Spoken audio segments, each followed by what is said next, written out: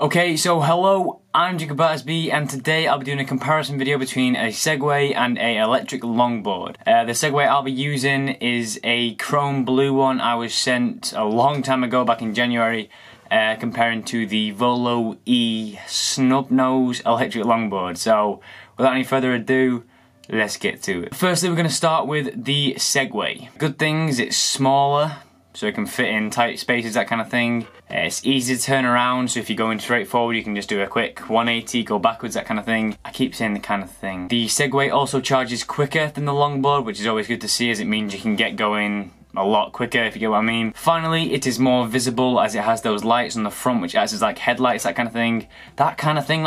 Bad things, it's slower. Let's not joke around. The science behind it, the Segway is a lot slower than the longboard. So if you're a guy about speed, pace, getting places quicker, being on time, the longboard is better for you. Next up, the Segways can break easily. Segway, people can jump on it, it can just snap in half. I did a whole series with my friends, Segway, where we glued it back together and it just snapped again. So if you are quite fat and heavy, I would recommend going for a longboard, as it's a lot stronger and it can hold up a lot more weight. Next up, as proved by my Fixing Segway series, it's really hard to fix. There is no way to fix it unless you're really good at like metal bonding, that kind of thing. Whereas with a longboard, you get a whole instruction manual and screwdriver set to fix it on the go. So number 4 for the bad things about a Segway is that they are setting on fire, and I mean on fire, which is very annoying. As I said before in the good section that the battery can charge really quickly, well, that is because the battery life of a Segway is utter crap. I went out on mine, was out for about an hour maybe and a half, I think I charged in between two, and I was just going back along this straight road, no hills, no nothing, and it died. Which isn't very good, so that means I had to carry it all the way back home. Next up is that it can scratch up easy. Now if you look at my old one, my black one, that was full of scratches, and that's because my mate thought it'd be funny to try and go along a curb. He completely grinded this entire curb and it was scratched up as hell. A white one may show less scratches, but I have no idea. Number 7, they are illegal. If you go past a police car, or in London somewhere, or somewhere quite populated with police officers, they will tell you to get off it, or they might not take it off you, but they will tell you to get off it, which is obviously annoying, and I did a whole rant video about it because it was kind of annoying. Number 8, people have actually been mugged on a Segway. I saw a lot of videos on Facebook of some kid just driving along the street. Some guy came out of nowhere, pushed him off it like Randy Orton, nicked the Segway, and off he went with this £300, £200, £400 even piece of kit, which they could go and sell easily, as there's no tracking device, there's no insurance, there's no guarantee, which, as I said, is very annoying. Number 9, my friend Abby, especially happened to her. She bought one from Costco or somewhere, I don't know where it was from. It was about £370, which is very expensive for a Segway, and she had to actually send hers back to the shop, as the shop was recalling them because they were getting dangerous because they set on fire. Which means if you bought one, you'd still have to send it back after having loads of fun with it, which would make you very upset. And finally, number 10, they're very expensive for what you get. Really, 200 plus pounds just to go at about 10 miles per hour. It's not worth it. Okay, so that was it for the Segway part. Now let's go into the longboard and talk about the good things of having one or getting one. Number 1, they are a lot faster than the Segway. If I did a race, I could smoke this Segway in seconds. Number 2, I just think it's more fun. Every day this week, I've been going on my longboard to school. It's a lot more fun than riding my BMX. You know, I've been riding a BMX since I was about 12, bunny hopping up curbs. It's fun riding a BMX, but a longboard, waving and cruising in and out of gaps in between cars, it's a lot more fun and it looks a lot cooler than a BMX. Number 3, as I said before, these can be fixed. I broke my longboard and the guy came within the week, because he was on holiday, he came within the week, fixed it for me, and now it's got a whole new engine, CPU, and it's working amazingly. Number 4, it just looks better. If I put one side by side, you have to choose which one you want to ride on. I think every person would choose a longboard. Number 7 links to it being illegal. The Segways are illegal. If you go past a police car or police come look at it, they'll either be really interested in it because they've never seen one before and they want to have a go on it, which happened to me in Crewe when I went to Wales on the train. You should probably go look at that vlog if you haven't seen it. But that's not the point.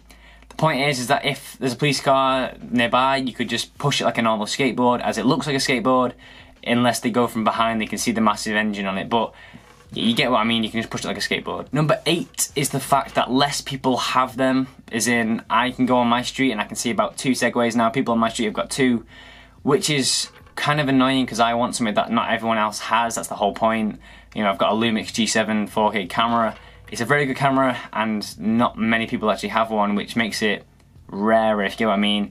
And I just like to have things that not many people do. Number 9 is the great customer service I received. As I said, I got sent one, which is obviously good customer service for me, and I moaned about it not working. Within the week he'd come and fixed it, which if he wasn't on holiday he would have done it within the next couple of days. So if you buy one, have any problems with it, they will literally either send you a new one, fix it on the go, or just give you a return packet to send it back. It's just better customer service than like some Chinese company would if you bought a Segway online. Number 10 is linking to the price, and that is kind of like a fair price for what you get.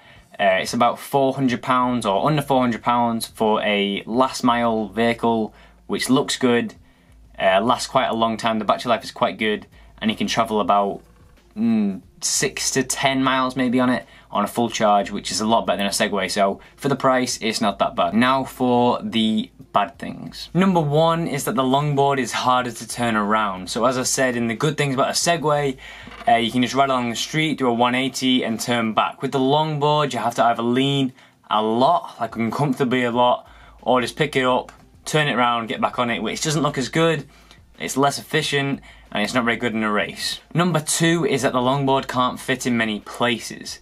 This is mainly because you can't put the Segway upright. It has to stay horizontal for the battery to work well.